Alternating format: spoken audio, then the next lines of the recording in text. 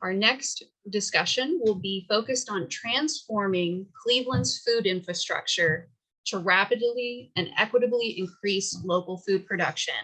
And again, food is so critical because it's what brings all of us to the table.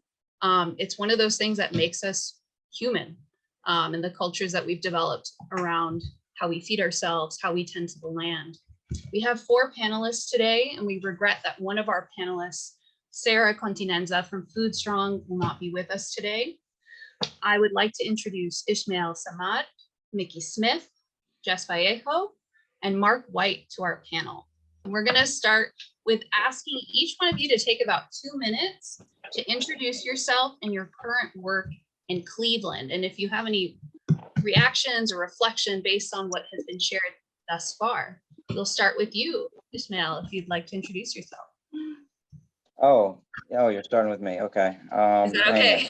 No, that's cool. That's cool. Yeah, quick reflections, I guess, real quick. Yeah, my name is Ismail. I'm in East Cleveland right now. Reflections are Transition Putney. I was involved in Transition Putney when we started our restaurant, the Gleanery in Putney. So there's a connection there. The other thing that was brought up by Richard, which is around the GDP work and just thinking about like the Farm Bill and how currently right now, I read an article around how Pepsi and other big ag is starting to use regenerative to actually attach the work that we've been doing to the current efforts of Farm Bill. So where it's actually predictable what's going to happen about allocating the funds with all of this legwork from the ground that we've been doing and moving into corporate space. On the other side of the Farm Bill, food is medicine, same difference. So much policy is actually taking the work that we've been doing to feed communities to attach it to policy. So I'm not necessarily convinced that national policy is the way to go because of how they move. I do think that more smaller insular communities that are driven by people who are actually doing the work is the way to go. To that end, that's what I'm speaking from, is East Cleveland, Ohio. My organization is called Loiter. Loiter it takes a provocative name on purpose because you can't build community without actually being able to hang out.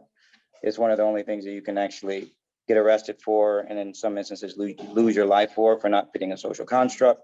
And so when you start to build a community based upon spatial justice and the realities that you're experiencing on the ground, you can actually deal with some of the unprincipled policies that are put in place to actually make East Cleveland what it is right now, which is the most cash poor city in the state and one of the most cash poor cities in the country at the size.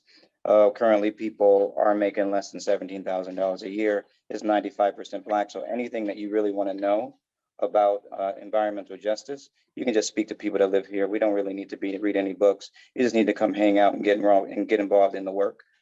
Because we've got to live reality that brings so much light and dignity into the space.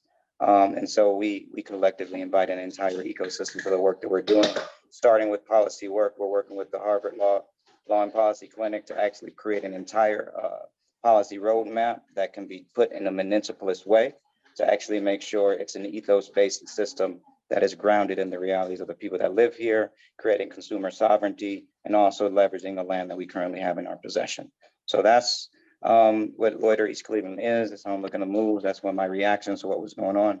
And thanks everybody for joining and looking forward to getting the conversation. Thank you for that intro. Over to you, Mickey. Hi, everyone. Miss Mickey Smith, and I'm the Executive Director for Little Africa Food Collaborative in Cleveland, Ohio. We have a collaborative, and that is our nonprofit umbrella where we do a lot of our programming. We do a lot of our growing. We do growing with Village Family Farms here in Cleveland, Ohio, and we've been working with Village Family Farms for the last 4 to 5 years as it relates to growing.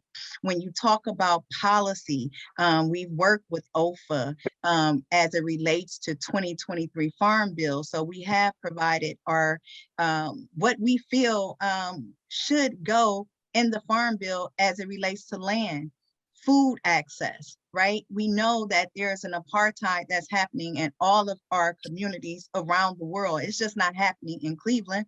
It's just, some of it just don't get highly, how do you say it? You don't see it, right? They hide it. And our goal at Little Africa is we take ownership in feeding ourselves. We're not letting someone else come into our communities and tell us, this is the food that you need to eat. This is what you need to do. Here you go. We're not taking that. And what we do is we teach our people. We go into the schools, we go into the communities, and we love on them. We love on them with food, right? You teach them how to grow their food. You know, we can have all the food banks in the world that comes and give you a box of food every other week, dry food. Where's the fresh vegetables? Where's the fresh food? Box, canned food. It's nothing healthy, right? So our goal is to teach you how to take the healthy foods and how do you take them and how do it prepare you for a better you. That's our goal at Little Africa, right? How to take the natural foods, how to take the herbs, how to use these herbs. We know that in our communities, we have diabetes, right? We have high cholesterol, you name it, we have it, but it's really centered around the food, right? He who controls the people, he's controlling them by the food. So in order to make sure that they don't control us by the food, we grow our food so we know where our food is growing. We also delve into civic engagement. So we do work in our communities as it relates to voting. You cannot come into someone's community asking them to vote for someone and they're hungry. That's not looking good, right? So you have to appeal to the people in the community, and as it relates to food and as it relates to civic engagement, it all ties in together.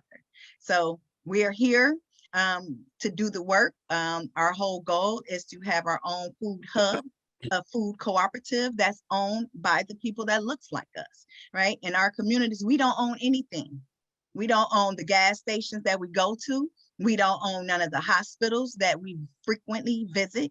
We own none of the corner stores. So, and we own none of we own maybe properties here and there, but we do not own anything. So give the people something to own. Give the people something that they can call themselves so they can take pride in their community. So that's a little touch of what I do. I'm also, I do work with Sarah Continenza. I am a consultant with Food Strong, and I'm a food educator for her as well. So I do a lot in the Cleveland space. So I just want to give you a little touch of what I do. And back to you, Jess. Thank you, Ms. Mickey Smith. I'm going to pass it over to you, Jessica. Hello, thank you for the invitation to be here today. I first would like to say that ahihi in my language, thank you.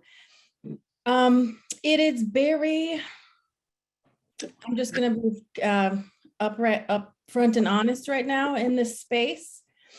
The lack of Indigenous representation and sometimes our understanding of the universe is a completely different construct from the colonial systems that have been imposed on us. And so I will first just ask thank you for allowing me the time at the beginning to open this space with a proper welcome to the city of Cleveland, we know as the homeland of the Haudenosaunee Confederation, where now more than 25,000 Native Americans live. As a product of government relocation programs and survivorship generationally from the Native people who never chose to leave their homelands here, and then also various migration programs and patterns that have led other Native folks and Indigenous to these Americas north into the land that we now call Cleveland. The original inhabitants of this space are always the people who are first forgotten when we talk about food sovereignty and land access. And when we talk about who those served populations, the demographic populations are in Cleveland that are most underserved, we are directly talking about the Native American community. I can tell you that there is very little support in our community directly from social services and agencies, organizations, and nonprofits. They do not. In my time here with the Committee of 500 Years of Dignity and Resistance, our community has, like you said, Mickey, had to be self-sustainable. We've had to find ways to more or less create reparative justice in our own communities by reclaiming our sovereignty by choosing to engage, like you said, in civic action, and also in demanding that they dismantle the racist representation of this baseball mascot that was allowed to live in our city alongside of us for 100 years and effectively erased our living history, our identities, and our individual experiences. And so the Committee of 500 Years of Dignity and Resistance, our purpose is to first give dignity to the first people and a face and visibility in the education spaces that we have never been allowed to ever assert ourselves and tell our stories. And that goes along with this understanding of the universe that I was talking about in the beginning. We are not disconnected from the land that we live in. And if we live in that way mentally, we have that mental connection to where we are from, the food, and who taught us how to grow it in this land that is now called the America, confined by these borders that are not real. Then we remember who are the first people who fed the settlers and who are the ones who taught them farming here in this continent. And now we are still being starved on reservations, and in urban settings, we are still being underserved.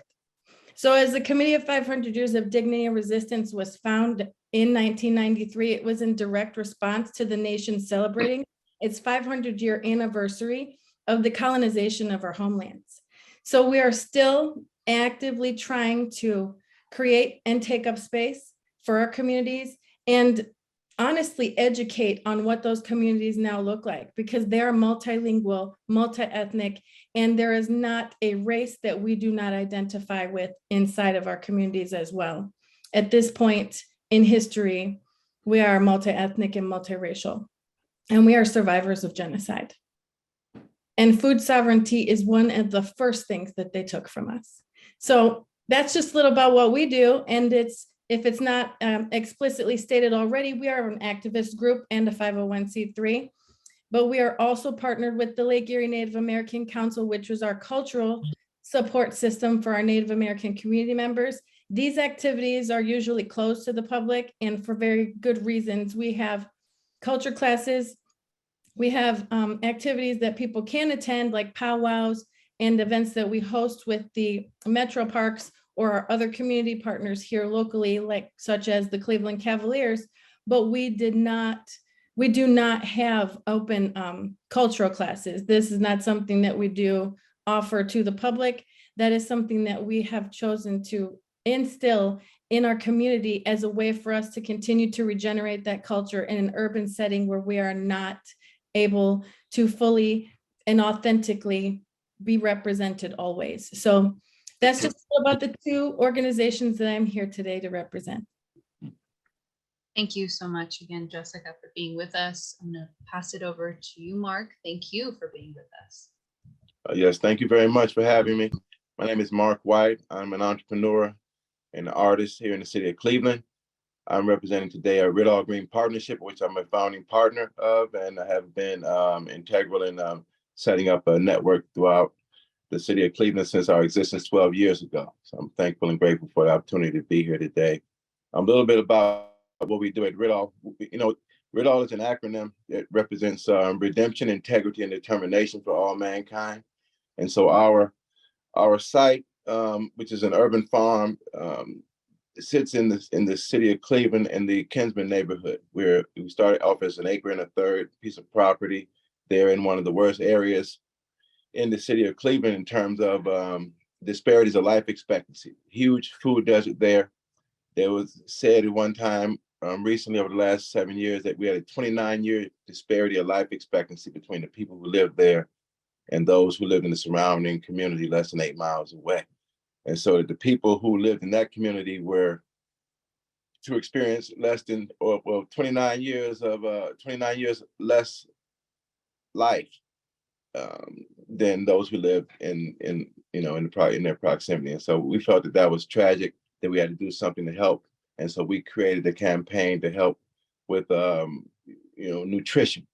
And so we created a really robust information campaign, in which we believe that people are an outer reflection of an inner condition. And if you see our community and how bad it looks and how statistically poor it is, we know that it has something to do with the content of the wellness within the people. And so we sought to grow food that was nutritionally rich superfoods and begin to talk to people about how they could begin to ingest these things in creative ways.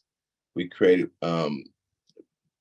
nutritional product lines for juices and different types of catering. We did a soul food vegan scenario where we took some of the existing recipes and taste and likes within our community and transformed recipes into a plant-based fare so that the people could experience some of the same taste without all of the negative effects that goes along with some of our diet.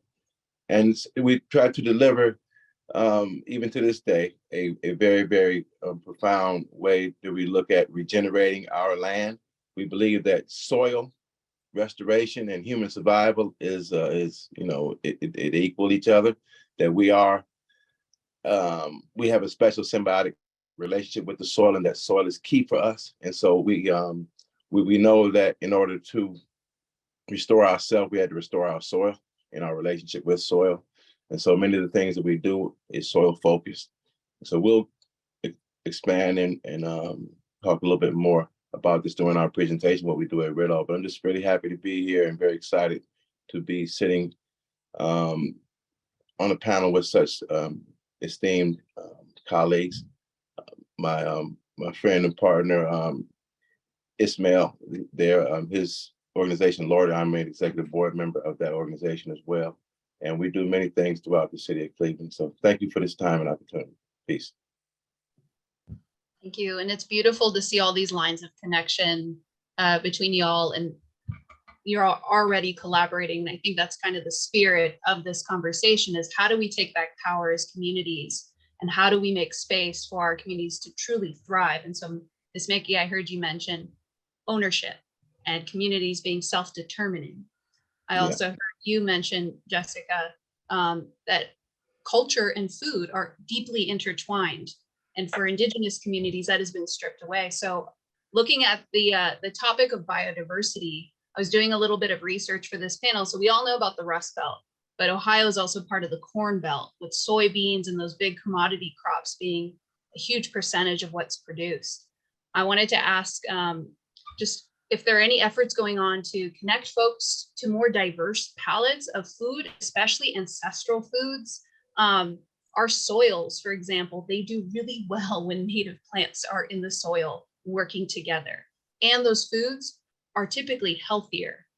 You all know that stat about like an apple today, you would need to eat like 20 of them to get the same amount of nutrition that you would have to get like 40 years ago. So I wanted to ask a little bit about the diversity of the food scene in Cleveland, and what are some of the greatest needs right now? And I heard y'all already mention, but if we could spotlight that, that would be great. Mickey, we can start with you. Sure. Well, when you think about the foods that grows in our particular climates, we're in climate 6. So we grow a lot of herbs. Yes, we do grow a lot of corn and things of that, but we grow a lot of herbs. And if you think about herbs, is very essential to a lot of the medications that our elders or some of our youth is getting when they're sick. When they talk about food as medicine, sometimes all it takes is going out in your backyard, going into the farm, grabbing a couple key ingredients, putting it on the stove, boiling it, digesting it, and guess what? Now you are healed from that. Everything, just like Mark said, we come from the soil. So if we're produced from the soil, and when things come up out the soil, we return right back to the soil. So why wouldn't we eat everything from the soil? So I say that to say, because we are in Ohio, and because we don't have certain things like mangoes that can grow here, because it's not a tropical place.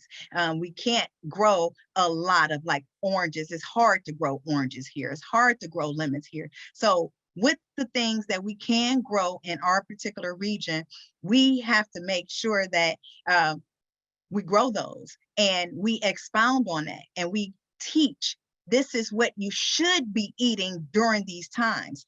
The problem and issues is that we are eating foods from other spaces and places that we technically really shouldn't be eating because it's not growing in our region. So does that make sense, Jess? Absolutely. So growing foods that do well in your region, your fire region, lends itself to resilience and greater health. Awesome. I want to pass it over. And I was Yeah. just going to say, just to veggie back off of that, one of the things too, even with honey, you know, you got honey in all these stores, but they say the best honey is when you capture the bees that's in your community, because it's real central to the area in which you live in. So we have to grow specifically to our region and where we are living in. It helps keep down the allergies. Over to you, Ishmael.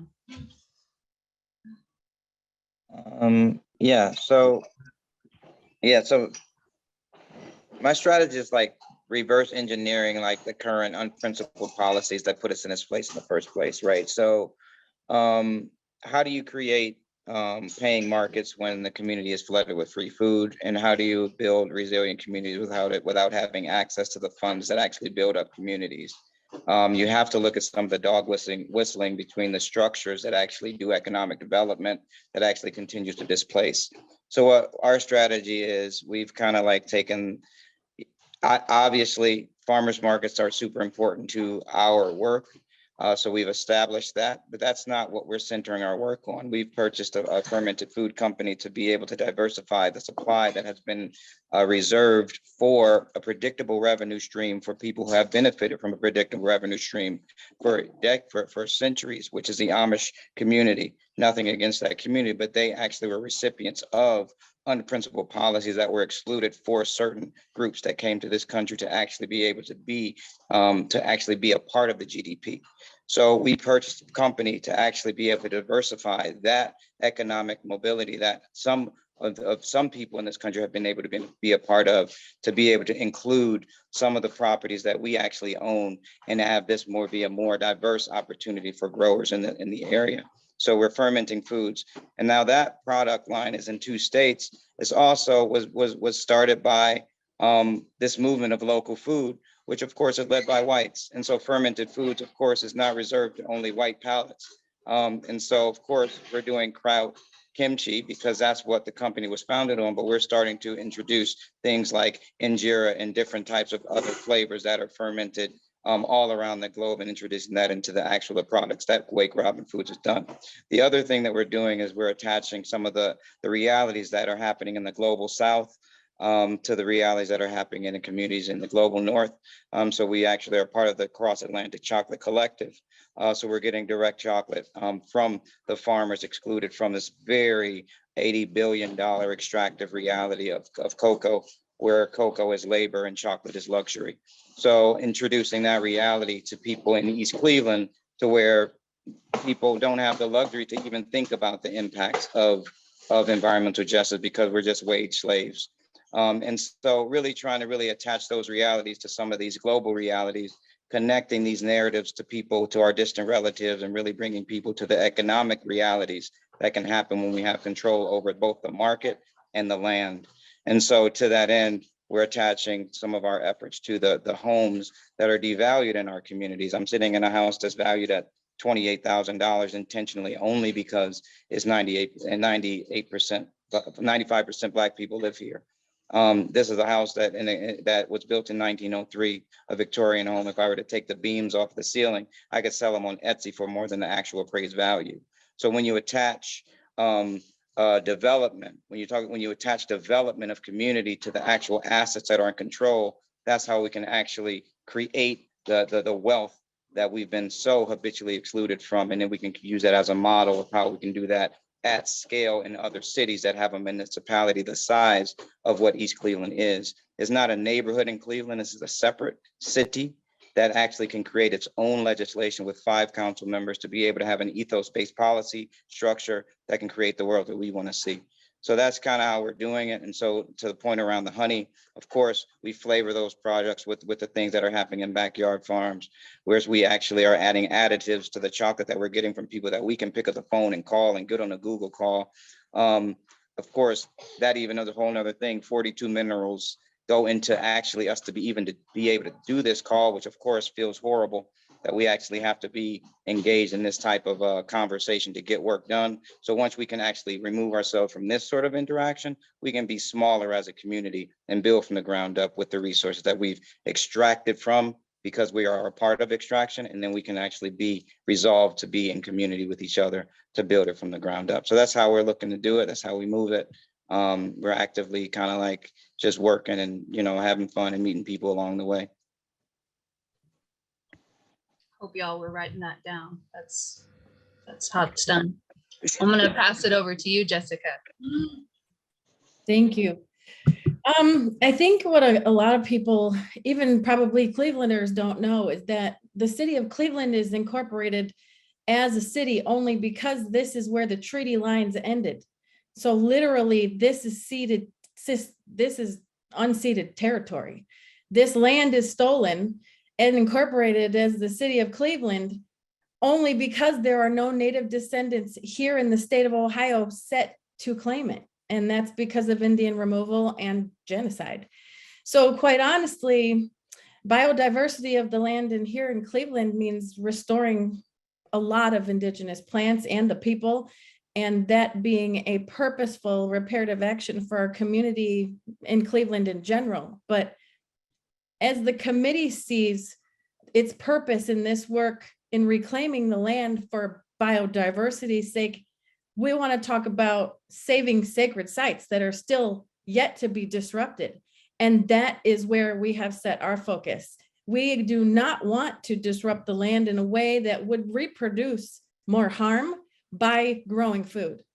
And that biodiversity that exists is also at a threat of being lost, because we have here in the state of Ohio, I didn't even know this until a colleague told me this today.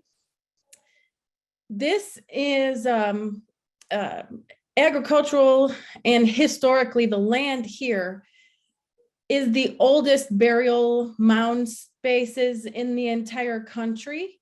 And that when we do grow food, we are disrupting sacred burial sites. In Cleveland, the mound builders, and here close to the edge and the water's front, we know we're sacred sites. We know that they were villages. And in fact, the baseball team built the stadium right on top of one. So much of our land is directly tied to why we cannot feed ourselves. And specifically in certain communities, they were left food deserts. It was generationally created so that we were never able to be self-sustainable. In different communities were allowed government provided opportunities for those communities to suffer more than others because of their programming or lack of social services. And I come back to the relocation program for Native Americans. This was one that was done not just here in Cleveland, but in other cities that brought people here from reservation territory and also systematically disenfranchised them from access back generationally. Because if we do not have a tribal affiliation, we have no access to tribal government coverage. We have no access to those benefits of tribal affiliation. And if we go into urban settings, and guess what? We live amongst everybody. We are here now. And this is our community. And not always do we have the privilege to go home or the ability, because of blood quantum standards and the government's regulation of that, to even claim a tribal identity once we're second and third generation in Cleveland. Our communities are not disconnected from the Black community. We're not disconnected from the Latino community. It is included. And we are touching those surfaces in our identities. And also, we want to bring that knowledge and understanding back to that what we have left needs to be preserved. And part of that plant biodiversity comes with keeping those spaces undisturbed. For example, the Serpent Mound is always one that people want to we want to run to the Serpent Mound when something, we got to go. It's the solstice. We're going to go out there. We want to see the things. And that's a beautiful thing. But how are we preserving that land and making sure that we have that for much longer than we're assuming to, it's a flavor of the month to go out there sometimes for people because it's the solstice or it's an event that's taking place and someone is hosting something there. But there is never given a sacred identity and a protection even by our state government. The Ohio Historical Society itself does not recognize these spaces as spaces that need to be protected. So our community has to do that ourselves. And that's part of our effort to help people understand that our land is not just meant for us to consume. We must preserve it. And that our connection to the sacred sites here in Ohio is a very important one for us. Whatever we can do to recontribute to that biodiversity in those spaces, I guess that what some would call guerrilla gardening, in an effort to put native plants back into public spaces that we would otherwise not see. And it's simply seeding in public. So I guess that's a little bit about us and how we are hoping to affect that change locally. But the biggest piece is understanding that Cleveland, as we see it, and feel very entitled to saying, there's a sentiment here where everyone likes to refer to it as the land. We feel very entitled to that identity as we are from the land. Well, what does that mean for people who are from here with an Indigenous connection to the land? And how do you get an Indigenous connection to the land? If you're not Indigenous, that can still happen. But it must be first in respecting the land and knowing that these spaces are spaces that were traipsed first by other people who did it with intention. How can we do that again? Important reminder that land and food is sacred, and that part of the power of our communities is to come together for healing, repair, reparations. These are all critical parts of the discussion. Thank you for that, Jessica. I want to bring Mark into this conversation as well for any reactions and reflections on the food scene in Cleveland and just what's needed. Absolutely. Yeah, thank you. So I would say, global food production constitutes the single largest driver of environmental degradation in the world today.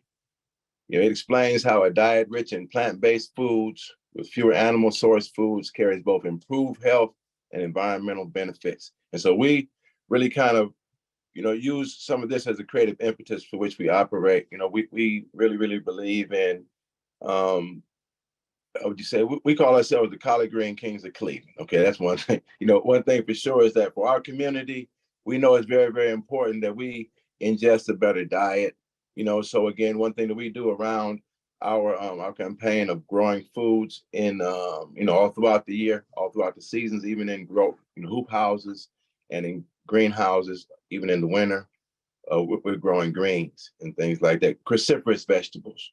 The cruciferous vegetables, very, very high in frost resistance, right? And at the same time, very, very high in chlorophyll. And so the ingestion of chlorophyll, especially in our community, is very, very key to helping alleviate a lot of diseases. We're number one on the top of all, 10 of or number one on in every category of the top 10 diseases, And so for us, we know something like cancer is another word for that is cellular oxygen deprivation.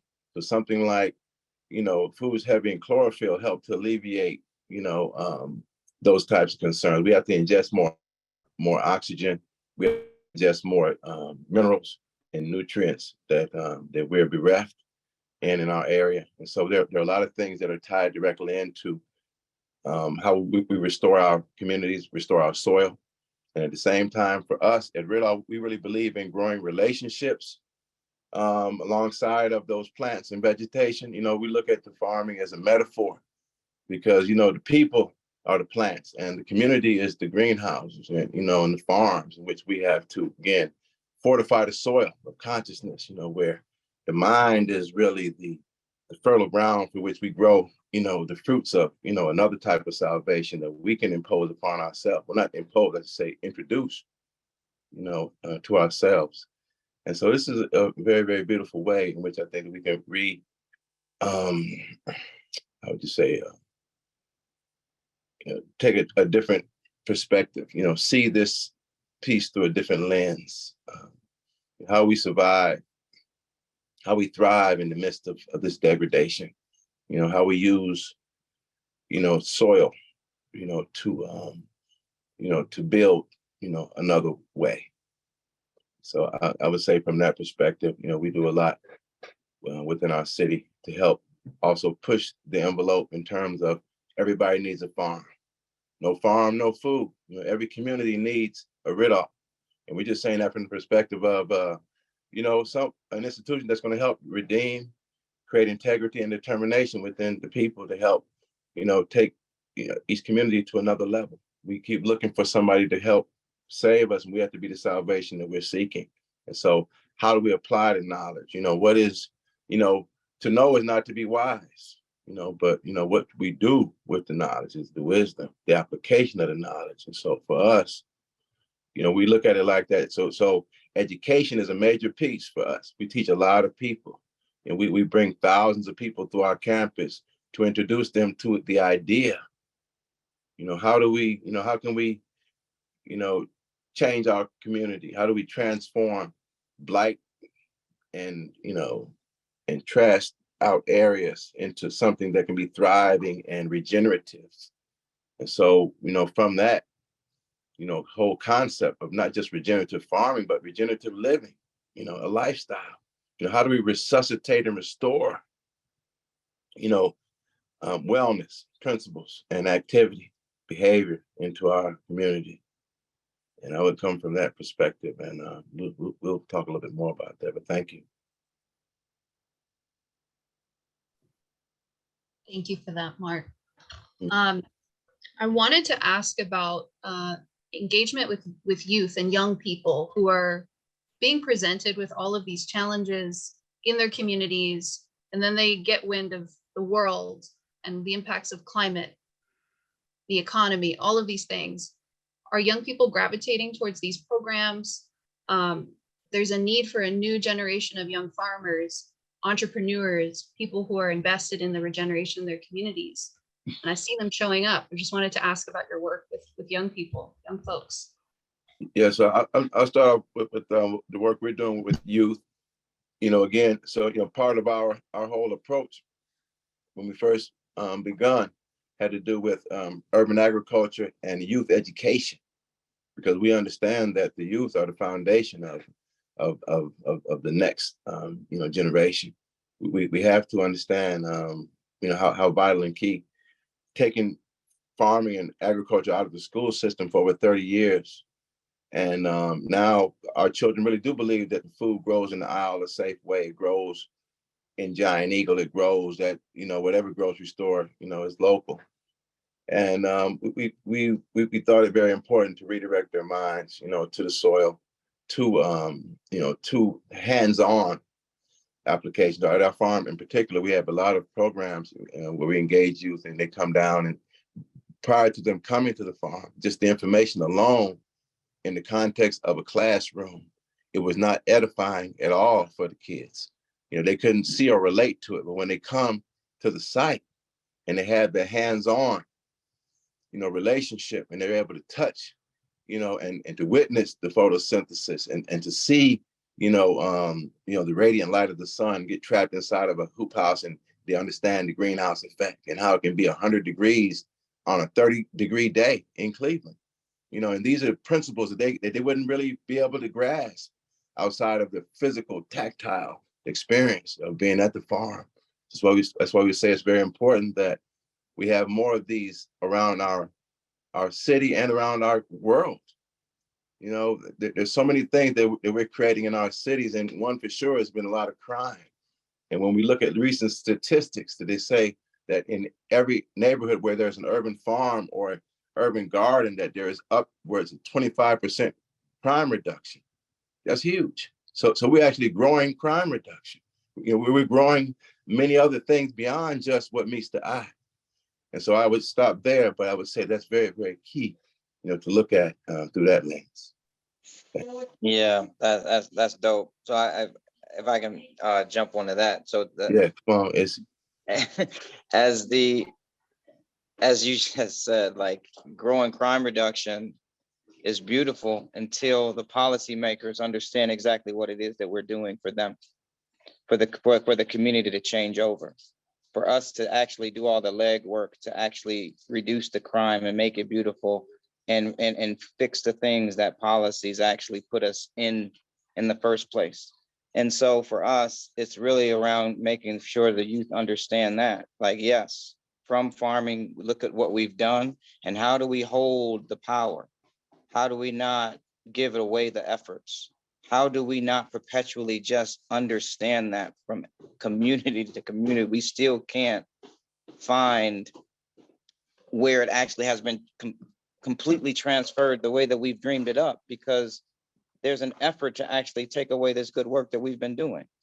And so there's a bit of activism that has to happen with our children as well. And we do that at the same time on the parallel, because we're doing reformative work while we're dreaming about transformation, right? And so they need to understand that we're doing this all together. When we do our farmers markets, they're looking at us like, man, y'all a bunch of kooks.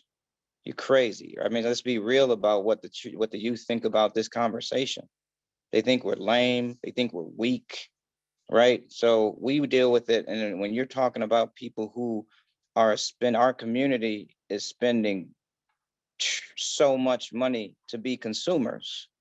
And so we want to create things that we want them to consume. And we want it to be in a way that the consumption actually benefits them. And so I said before, if Rockefeller was if his entire enterprise and entity and all of its iterations therefore, and after that were employee-owned company, we wouldn't even know who Rockefeller was.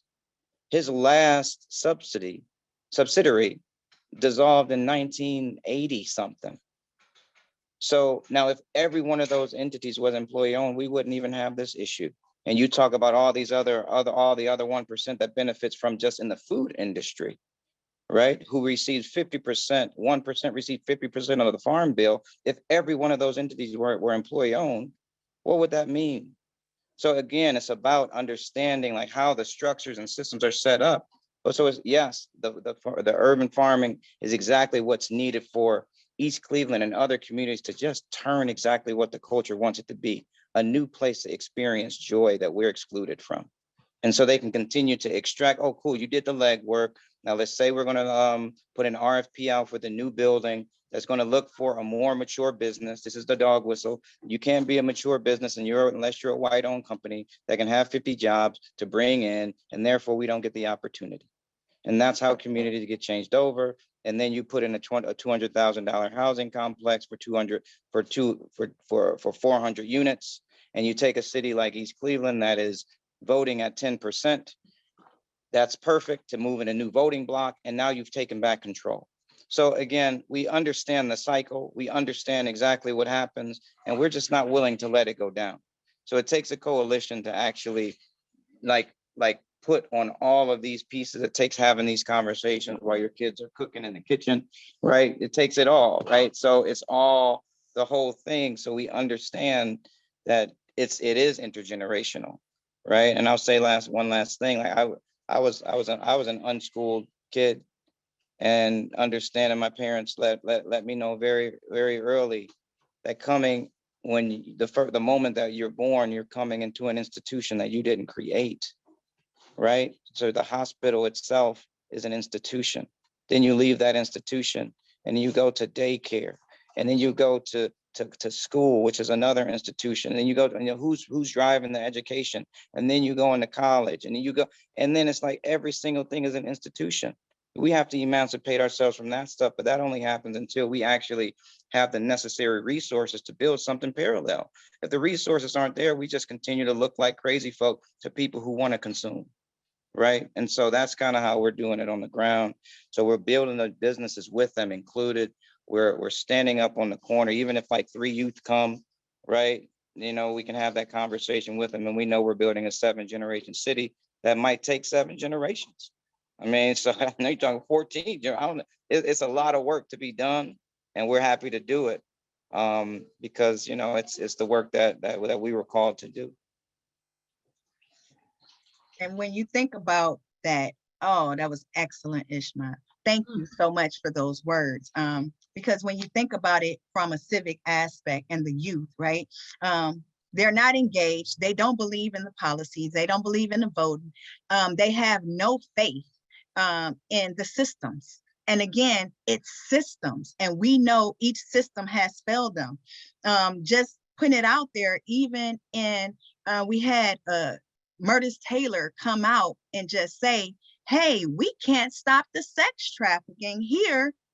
This was an institution that's telling us, you can't stop the sex trafficking.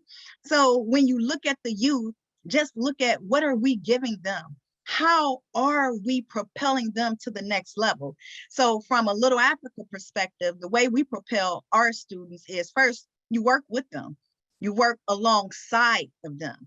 They're not our employees. They are our peers. And that's one thing. You give them the level of understanding that we are in this together. Two, give them their own purpose. Let them find what that purpose is. Put them out there. We are shepherds. And because I'm a mother and I can speak this for our youth, we just guide them. We guide them to the spaces and places in which they want to be. We're not here to tell you all of this is, don't do this, don't go here, don't be here. But when you can propel a youth to be his highest and amazing self, or her amazing person that she is, they do more, they respect you more, right? In the farm, what we do, we give them education. We talk to them on their levels. We listen to the music that they listen to. And then what we do is we help them go through those lyrics. So while we're farming, we say, did you hear that lyric? Can you explain that to me? I don't think we want to hear that in this farm. And I don't think our flowers, I don't think the bees really like that music. So we get them back involved in the harmony of the real world, right? We break it all down to them, the real world, what they can understand, and we meet them where they are. We're not here to be we're not here to be mothers, fathers, but we still have to make sure we give them instruction. We still have to make sure we give them the lessons that's necessary, and in curriculum development. I developed a full-fledged 1-year curriculum, and I had to go be a consultant somewhere else in order to put that curriculum in. But the curriculum was tailored to high school leaders. So in order to be able to be in the space for the high school leaders, you have to develop what it is that they need and they look for. You cannot give them something that they don't care about. We continue to build these institutions. We put them in school. You got one person in front of them telling them what to do. You want them all to learn the same pace when they all don't learn the same pace. Most of them, they learn, whether they learn from hands-on, they learn from being visual learners. This is what they do. So when I tell you we have to love on them, they're going through so much, especially after COVID. Love on them, find out what they have going on personally, and then just help them find their purpose. That's what we do.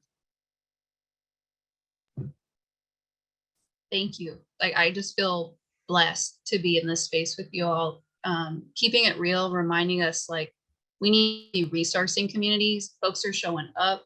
This is challenging. This is the good work. Jess, I want to pass it over to you. This session has just been amazing. We're not going to have time for Q&A at this point, but I could just sit and listen all day. Sure. Thank you. Thanks. If I can talk a little bit about our youth, I think the biggest problem that we have in dealing with our youth and the psychological damage that has been allowed to occur on our community because of the identity crises that it has caused in Cleveland as to who we are.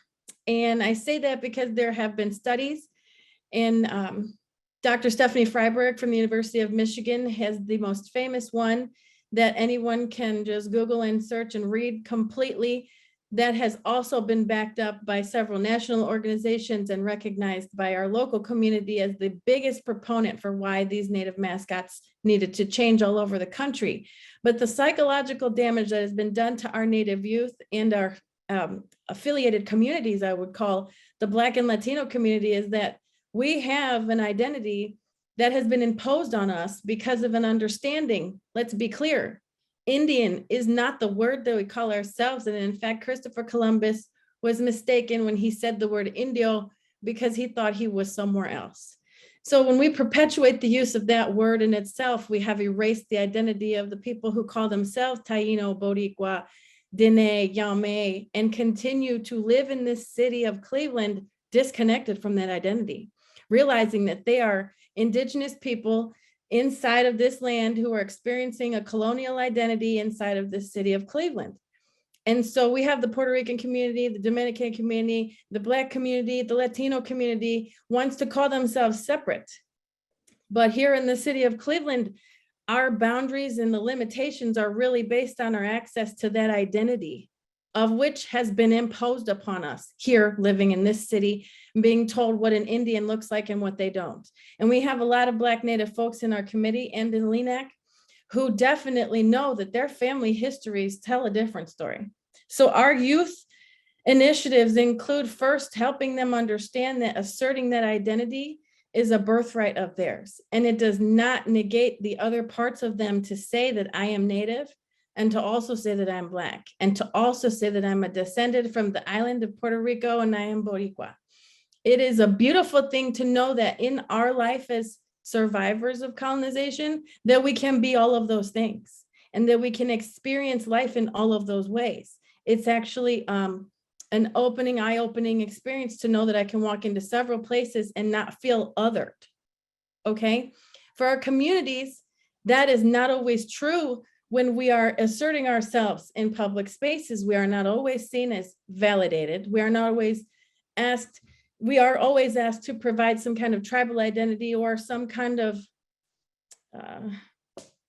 explanation for our identity. And so our work with the youth is directly connected to that psychological damage that has been done. And in first helping them understand that in connected to this land, we have always been connected to our culture and our identity as Indigenous people, and that is based on our sovereignty, which is implicit because we are native to the land.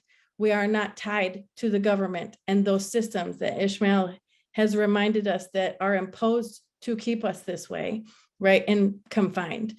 So to wrap that up, in our youth, we really see so much activism and empowerment that there is an effort nationally. The American Indian Science and Engineering Society is a national nonprofit organization that has started what they call the Rematriation Project.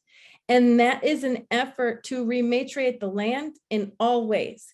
In most of our tribal communities, there are matriarchal societies where we come and we know that patriarchy came with colonization and was imposed upon us, which is part of the reason why we are still so disconnected from our mother, the earth, and our cousins, the stars, and our brother, the sun, because that imposed ideology of what we were interacting with was also taken from us. Our identity was taken from us when the land was taken from us. So our youth really are recognizing that, and a lot of them are going into STEM professions because we know that this is directly the way that we can affect those environmental resources in the future, and we can reintroduce traditional ancestral ways that have been lost that we still have a connection to. And the Rematriation Project, there are several generations now of many women who are going into STEM fields, choosing to go back to their tribal communities and finding ways to create better environmental impacts and better sustainability for their communities there. For example, most reservations still don't have running water and electricity. And that is something that here in Cleveland, we do not suffer from, but having clean water is always a threat. So it is not disconnected from our tribal identity as well. We're still struggling for access to clean water and access to food and being able to grow it where we live. So that's what we see. Our youth is really taking that initiative in education, and they want to do something about it because now they feel empowered by the world recognizing our identity. It is no longer in the shadow of the racist mascot that's been allowed to exist here in Cleveland. And that in itself, the removal of that has allowed for our existence like never before. I again want to appreciate everyone for the way that they showed up today, the work that you are doing on the ground in our communities. Thank you for sharing your knowledge and for reminding us about how we need to think about this. You all thought we were just going to talk about food infrastructure. You got to talk about everything. And those are the layers that we have to grapple with. And there is real struggle happening on the ground. We can't also just glamorize this work. But y'all are doing it beautifully. Thank you so much for being here with us today. Thank you.